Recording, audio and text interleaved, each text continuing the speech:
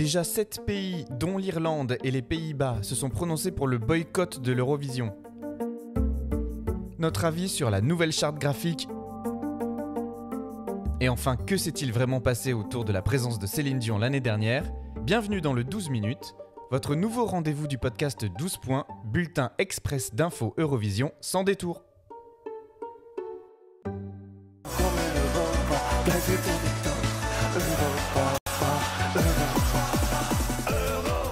Bonjour à toutes, bonjour à tous et bonjour Quentin. Bonjour Thomas. Alors aujourd'hui plus que jamais on se retrouve dans ce nouveau format qu'on a créé là comme ça en 12 minutes pour vous parler en fait de l'actualité. D'habitude on ne fait pas ça dans 12 points, on ne traite pas de l'actualité, mais là il se passe beaucoup trop de choses autour de l'Eurovision, n'est-ce pas Quentin? Absolument, ce qui fait qu'en fait on a besoin de faire, on peut pas attendre un épisode classique qui arrive, il y a des infos littéralement tous les jours, et puis des infos, pas des petites infos, il faut absolument qu'on les traite. Et donc le premier sujet, c'est le boycott de l'Eurovision.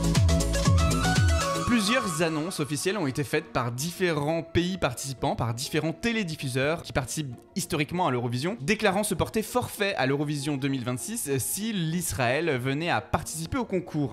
On peut citer déjà de manière officielle l'Islande, la Slovénie, l'Irlande et les Pays-Bas. C'est-à-dire que là, ces 4 télédiffuseurs-là, comme l'a dit Thomas, on dit si Israël est là, on ne vient pas. Alors, c'est une décision historique, ça ne s'est jamais vu dans l'histoire du concours, Quentin? Non, absolument pas. Ça s'est vu, souvenez-vous, aux Jeux Olympiques. Vous vous souvenez, il y avait des boycotts réciproques quand c'était Moscou qui organisait ou quand c'est Los Angeles qui organisait. L'Eurovision en tant que telle n'a jamais connu un tel appel au boycott pour la présence d'un seul pays. Et alors surtout Quentin, en plus des pays qui se sont prononcés officiellement quant à leur forfait, il y a des pays dont on sait en fait qu'ils se portent pas favorables à la participation d'Israël cette année non plus et qui pourraient très probablement annoncer également leur chantage à la participation. Absolument, on pense principalement, en tout cas en premier lieu, à l'Espagne où il y a le ministre de la Culture espagnol qui a déclaré la semaine dernière que la RTVE, en tout cas que pour lui, la RTVE devait se retirer du concours si Israël était présent. El compromiso de España con la legalidad internacional y con los derechos humanos debe ser constante y debe ser coherente, también desde Europa.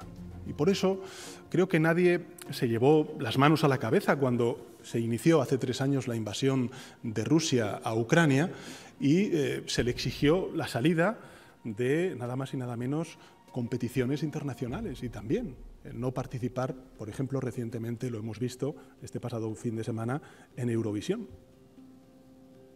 Y por tanto tampoco debería hacerlo Israel.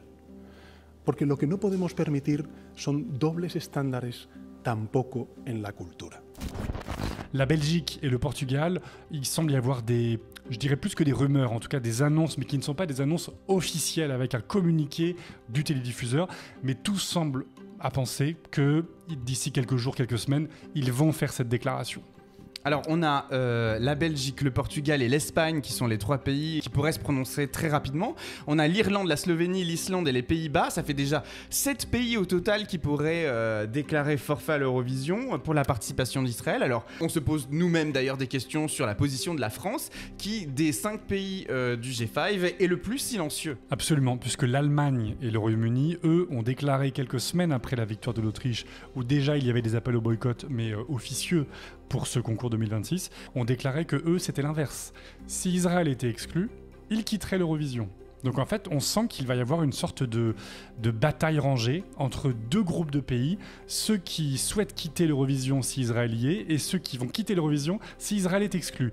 Et au milieu de tout ça, le no man's land, c'est-à-dire il y a plein de pays qui n'ont pas de position officielle, et comme tu le dis, la France, ou en tout cas France Télévisions, est tout simplement aux abonnés absents. On ne prend pas de position.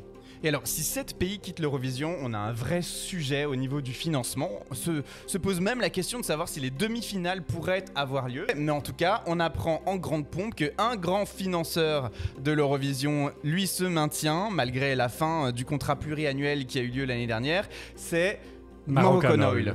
Et alors Moroccan Oil, qui est une entreprise détenue à 75% par la holding israélienne, donc on peut dire qu'elle est israélienne. On ne sait pas combien finance Marathon Oil dans l'organisation du contrat, mais souvenez-vous, dans l'épisode consacré à l'argent autour de l'Eurovision, on sait que globalement c'est un tiers des diffuseurs, un tiers la ville qui accueille le concours et un tiers les sponsors. Donc nécessairement, c'est un très grand apporteur de cash sur le concours et qui questionne du coup de fait la position de l'UER sur le maintien de la participation d'Israël au regard des tensions géopolitiques, quand pour la Russie la question ne se posait pas. Puisqu'en 48 heures, la décision a été prise d'exclure la Russie. Et là, c'est quand même compliqué, ça fait 3 ans que ça dure. Enfin, ça fait plus de 2 ans que ça dure maintenant, cette situation à Gaza. Et l'UER reste lui aussi, ou elle aussi, aux abonnés absents. C'est-à-dire que vraiment, ils disent « oui, on va réfléchir, mais on aboutit à rien ». Et comme tu le disais, il va y avoir des conséquences financières. C'est qu'on parle de gros pays là, l'Espagne, l'Irlande, les Pays-Bas. Le budget qui coûte à peu près 25 à 30 millions d'euros d'organisation, si vous enlevez 7 gros pays, on va devoir restreindre les dépenses. Et donc, sur la question de la participation à l'Israël, finalement, ça va au-delà, quelque part, de l'Eurovision. Sans doute que l'Israël est un grand apporteur d'affaires aussi pour l'UER, et toutes ces questions, en fait, se chevauchent aujourd'hui. Et j'irais même plus loin, c'est-à-dire que si, on imagine, si Israël est exclu de l'UER pour les raisons qu'on connaît, mais dans ce cas, il faut aussi exclure l'Azerbaïdjan, il faut exclure tout un tas de pays qui, en fait, sont dans plus qu'une zone grise, en termes de droits humains, en termes de liberté de la presse, et peut-être que l'UER, jusqu'à présent, en fait, ne traitait pas le sujet, puisque ce n'était pas un sujet de débat public.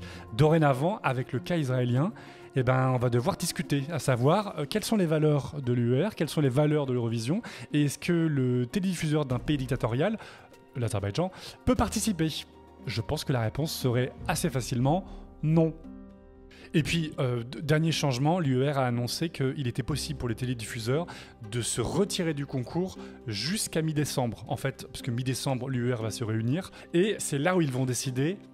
Ils vont discuter de la situation d'Israël, de la présence d'Israël, ils vont discuter des futures règles de vote, de télévote, parce qu'on a vu qu'il pouvait y avoir des abus.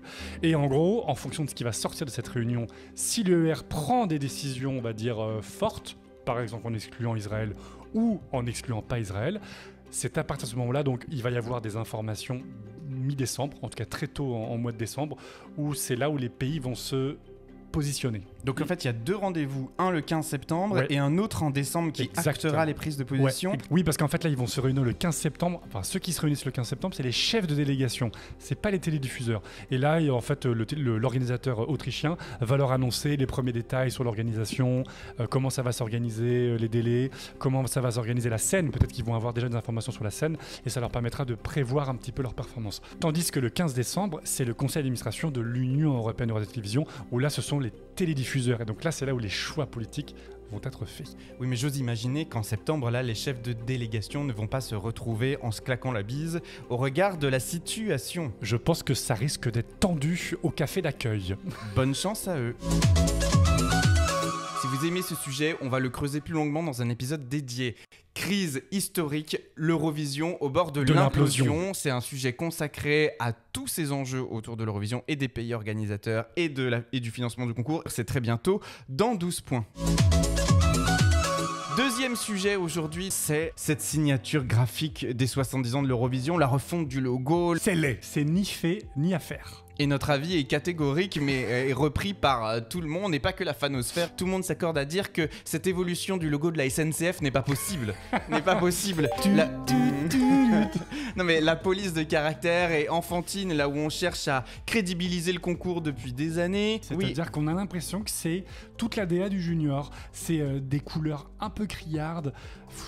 La patte graphique est franchement dégueulasse. La police d'écriture, n'en parlons pas. En tout cas, visuellement, on n'est pas du tout convaincu. Ça ne va pas du tout dans le sens que l'Eurovision s'était donné jusqu'à présent. Cette nouvelle équipe dirigeante en fait de l'UER, on se pose la question vraiment si elle a vraiment une stratégie à long terme du développement du concours, parce que pour l'instant c'est vraiment mal barré. Je vais faire un show visuel. Pour moi, toute la direction de l'UER doit partir au goulag. Non mais c'est dommage parce que franchement on se souvient tous et tous de l'Autriche en 2015, c'était magnifique, c'était somptueux, à voir ce qui se passera sur scène, mais bon en tout cas pour le moment la déclinaison de l'Eurovision 2026 c'est non. Et enfin, troisième sujet un peu plus léger parce que bon, Faut terminer un peu avec du gossip. bon, Quentin, Céline, là ou pas finalement? On ne comprend plus rien, les news, les contre-news. Comme dirait Agathe, on ne sait pas si elle avait la courante, mais on ne savait pas si elle avait la courante à Bâle, la courante à Los Angeles, la courante dans son jet. Personne ne sait, mais je pense que Céline elle-même ne sait pas où elle était le soir de la finale. On ne comprend rien. Non, Tous mais- les jours, ça change. Ce qui est dingue, c'est qu'en fait, surtout, attendre 15 jours pour qu'on ait une contre-information de la part des managers de Céline. C'est ça, Semble de suspicieux. quelqu'un de l'entourage de Céline. C'est-à-dire que, pardon, mais je ne comprends pas. Encore une fois, l'UER, silence radio. Enfin, ils n'ont rien dit, alors que c'est quand même eux qui co-organisent chaque année, qui coproduisent le concours. Ou alors les producteurs suisses auraient pu prendre la parole en disant non, en fait, elle n'était pas à Bâle. Mais en fait, dites-le nous. Juste, c'est pas grave. Le show était très bien, ça s'est bien passé. Enfin bon, il y a eu des polémiques, etc. Mais je veux dire, il n'y a pas de problème. A posteriori, on aurait aimé qu'elle soit là, c'est sûr. Mais bon, elle n'était pas là, c'est pas grave. Mais dites-nous en fait, parce que là, on a l'impression que personne ne sait. Je veux dire, on comprend pas. On ne comprend pas. On ne comprend pas. Bon, Mais c'est attends, ça se trouve, une fois qu'on enregistre là, quand on est en train de parler, Céline était en train de dire « Mais j'avais la courante !» Bon, je fais très mal l'accent. J'étais à Bâle. N'oubliez pas d'écouter l'interview exclusive, en tout cas, de Céline Dion, dans 12 Avec points. Agathe le sosie vocal officiel. C'est dans les meilleurs moments de 12 points diffusés très bientôt. Écoutez, voilà pour l'actualité chaude. Donc évidemment, on restera très présent et on continuera de créer un peu du contenu pour vous tenir informé de ce qui se passe autour de l'Eurovision. Parce que pour nous, c'est complètement nouveau de pouvoir réagir comme ça à chaud.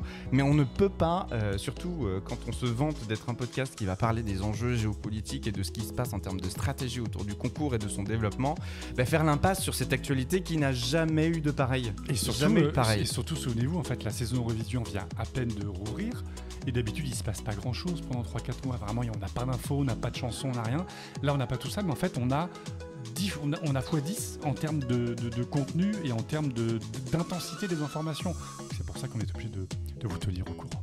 Voilà, en tout cas, nous, on se retrouve très bientôt dans 12 points pour le premier épisode officiel de cette saison 5 qui sera tourné autour de l'Autriche à l'Eurovision. Quand on se retrouve avec Vincent et Agathe, du coup, autour de la table. Absolument, à très vite. Et puis en attendant, retrouvez-nous toutes et tous sur Instagram, sur X, Sur LinkedIn, sur les réseaux sociaux. Voilà, tout simplement. Moi, j'ai bugué. J'ai du mal à rentrer en paix dans cette nouvelle saison. Dites-nous si vous aimez ce nouveau format 12 points en commentaire. Qu'est-ce que vous souhaiteriez qu'on en fasse? En tout cas, nous, on continuera de vous donner nos avis. des faits et des analyses. Mais toujours avec des opinions aussi. Exactement. À très bientôt dans 12 points. Bisous. Bisous.